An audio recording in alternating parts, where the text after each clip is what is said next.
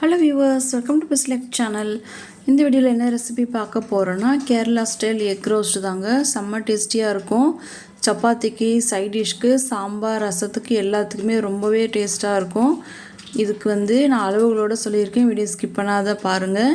இதுக்கு நான் ஒரு 4 முட்டை எடுத்திருந்தேன். 4 முட்டையை கழுவிட்டு குக்கரில் போட்டு கொஞ்சமாக தண்ணி விட்டு 1/4 டீஸ்பூன் சால்ட்டு, ஒரு 2 ஸ்பூன் எண்ணெய் விட்டு 2 விசில் வச்சு எடுத்துட்டேன். இப்போது அந்த முட்டையை தண்ணியில், பச்சை தண்ணியில் ஒரு வாட்டி அலசிட்டு அதுக்கப்புறமா உரித்தோம்னா இந்த மாதிரி கையில் இந்த மாதிரி ரொட்டேட் பண்ணுங்கள்.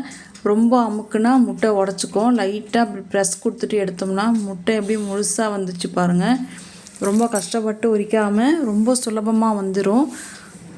இந்த மாதிரி போய் கத்தியில் சுற்றிலையும் லைட்டாக அப்படி கீரல் போட்டுக்கணும். அந்த மசாலா உள்ளே கோட் ஆகிட்டு இறங்கும். நம்ம சமைக்கும் போது காரம்லாம் உப்பெல்லாம் உள்ளே நல்லா இறங்கியிருக்கும். அப்போ தான் இந்த மாதிரி கீரல் போட்டு தனியாக எடுத்து வச்சுக்கலாம். நெக்ஸ்ட்டு ஸ்டெப்பு, ஒரு பேன் ஸ்டவ் ஆன் பண்ணி வச்சுட்டு தேங்காய் எண்ணெய் சேர்த்துக்கலாம். தேங்காய் எண்ணெய் தான் இந்த ரெசிபிக்கு ரொம்ப நல்லாயிருக்கும். ஏன்னா கேரளா ஸ்டைல் எக் ரோஸ்ட்டுங்கிறதுனால தேங்காய் எண்ணெயில் சமைக்கும் போது தான் அது ரொம்பவே டேஸ்ட்டாக இருக்கும். கடுகு, சீரகம் போட்டு பொரிஞ்ச பிறகு எண்ணெயில் பொடிசாக கட் பண்ண இஞ்சி, ஒரு விரல் சைஸ் அளவுக்கு, விரல் துண்டு நீளமான அளவுக்கு தோல் சீவி பொடிசாக கட் பண்ணி வச்சுருந்தேன். அதை போட்டு பொரிஞ்ச பிறகு அதே அளவுக்கு பொடிசாக கட் பண்ண பூண்டு. நீங்கள் இஞ்சி பூண்டு பேஸ்ட்டுக்கு பதில் இது மாதிரி தான் போடணும். இஞ்சி பூண்டு பேஸ்ட்டு போட்டிங்கன்னா அது கிரேவி மாதிரி ஆகிடும். இது ரோஸ்ட்டுங்கிறதுனால இந்த மாதிரி கட் பண்ணி போட்டால் தான் நல்லாயிருக்கும் இஞ்சி பூண்டு. இப்போ ஒரு கைப்பிடி அளவு ஒருக்கு கருவேப்பிலை கழுவி அலசி சுத்தம் பண்ணி வச்சுருந்தேன், அதை போட்டுக்கலாம். இப்போ இதையும் நல்லா வதக்கி கொடுத்துட்டு இப்போ எண்ணெயில் இஞ்சி பூண்டு கருவேப்பிலை இந்த மாதிரி கட் பண்ணி போட்டு ரோஸ்ட் ஆகும்போது நல்ல வீடே மணக்கும், வாசனை நல்லாயிருக்கும், அப்படியே ஸ்மெல்லு. இப்போ 2 ஆனியன்ஸு பெரிய சைஸில் ஸ்லைஸ் பண்ணி வச்சுருந்தேன் நீளமாக. இது மாதிரி தான் நீங்கள் போடணும். நீங்கள் பொடிசாக கட் பண்ணி வச்சிங்கன்னா அது கிரேவி குழம்பு மாதிரி ஆகிடும். இது ரோஸ்ட்டுங்கிறதுனால நல்லா போட்டு இந்த மாதிரி தான் நீளமாக கட் பண்ணிட்டு நல்லா வதக்கி கொடுக்கணும். இந்த ரெசிபிக்கு இந்த மாதிரி போட்டிங்கன்னா டேஸ்ட் நல்லாயிருக்கும். பாருங்கள், இந்த அளவுக்கு வதங்கி சுருளை வதங்கிட்ட பிறகு இதில் மசாலா பொருட்கள் சேர்த்துக்கலாம். 1/2 டீஸ்பூன் மஞ்சள் பொடி, 1/2 டீஸ்பூன் மிளகு பொடி, 1/2 teaspoon pure chilli, 1 spoon Kashmiri red சில்லியும், 1 டீஸ்பூன் அளவுக்கு தனியாத்தூள். இது எல்லாத்தையும் எண்ணெயில் போட்டு நல்லா பரட்டி கொடுத்துக்கலாம். இதுக்கு தேவையான சால்ட்டு போட்டுக்கலாம். இப்போயே ஒரு 1/2 டீஸ்பூன் சேர்த்துருந்தேன். எண்ணெயில் நல்லா மிக்ஸ் பண்ணிவிட்டு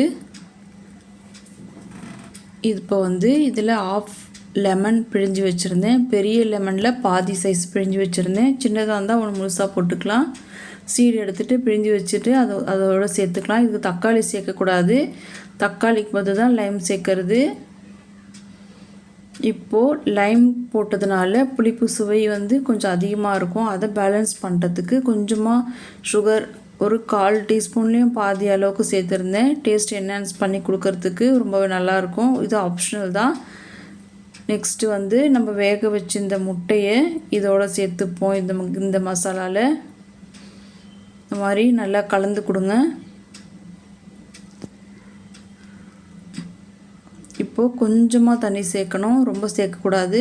கொஞ்சமாக அந்த உப்பு காரம்லாம் ஈவனாக மிக்ஸ் ஆகிறதுக்காக கொஞ்சமாக தண்ணி விட்டுருக்கேன்.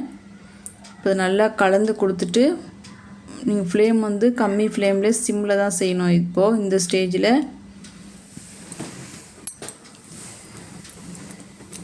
இப்போ இந்த முட்டை எல்லாத்தையும் சென்டர் பண்ணணும். சென்டர் பண்ணிவிட்டு அந்த கிரேவிலாம் மேலே அப்படி சுற்றி வச்சுட்டு இந்த மாதிரி மூடி போட்டு ஒரு 5 மினிட்ஸ் சிம்மில் 5 to 7 மினிட்ஸ்க்கு அப்படியே இருக்கட்டும். இப்போ பாருங்கள், எண்ணெய் பிரிஞ்சு வருது. இப்போ மறுபடியும் இன்னொரு வாட்டி ஓப்பன் பண்ணி இந்த மாதிரி கலரி கொடுத்துட்டு இப்போ இந்த கலர் இன்னும் கொஞ்சம் டார்க் ஆகணும். நம்ம ஆனால் ஹையில் வச்சாலோ கரிஞ்சிரும். இப்போ என்ன பண்ணணும்னா அடுத்த ஸ்டெப்பு ஸ்டவ் ஆஃப் பண்ணிவிட்டு ஸ்டவ் பர்னரில் இருக்க ஹீட்லேயே அது இன்னும் கொஞ்சம் ரோஸ்ட் ஆகும். அப்படியே கலரிட்டு மறுபடியும் மூடி போட்டு அப்படியே விட்டுருங்க. இப்போ இருக்கிறத விட இன்னும் கொஞ்சம் கலர் டார்க்காக வரணும். ஸ்டவ் ஆஃப் பண்ணிவிட்டு அந்த ஹீட்லேயே இருக்கட்டும். அது அப்போ தான் செட்டில் ஆகும் அந்த மசாலா அந்த முட்டைக்குள்ளே. இப்போ பாருங்கள், அந்த ஹீட்லேயே இன்னும் கொஞ்சம் கலர் டார்க்காக மாறி இருக்குது. ரெடி ஆயிடுச்சு. இப்போ இதை ஒரு பவுலில் ட்ரான்ஸ்ஃபர் பண்ணிவிட்டு நீங்கள் சப்பாத்திக்கு ரைஸ்க்கு எதுக்கு வேணால் எடுத்துக்கலாம். செம்ம டேஸ்ட்டாக இருக்கும். ட்ரை பண்ணி செஞ்சு பாருங்கள். டேஸ்ட் எப்படி வந்ததுன்னு கமெண்ட் பண்ணுங்கள். உங்களுக்கு வேறு ரெசிபிஸ் ஏதாவது வேணும்னாலும் கமெண்டில் சொல்லுங்கள். நான் ரெசிபி வீடியோ போடுறேன். ட்ரை பண்ணி பாருங்கள். தேங்க்ஸ் ஃபார் வாட்சிங்.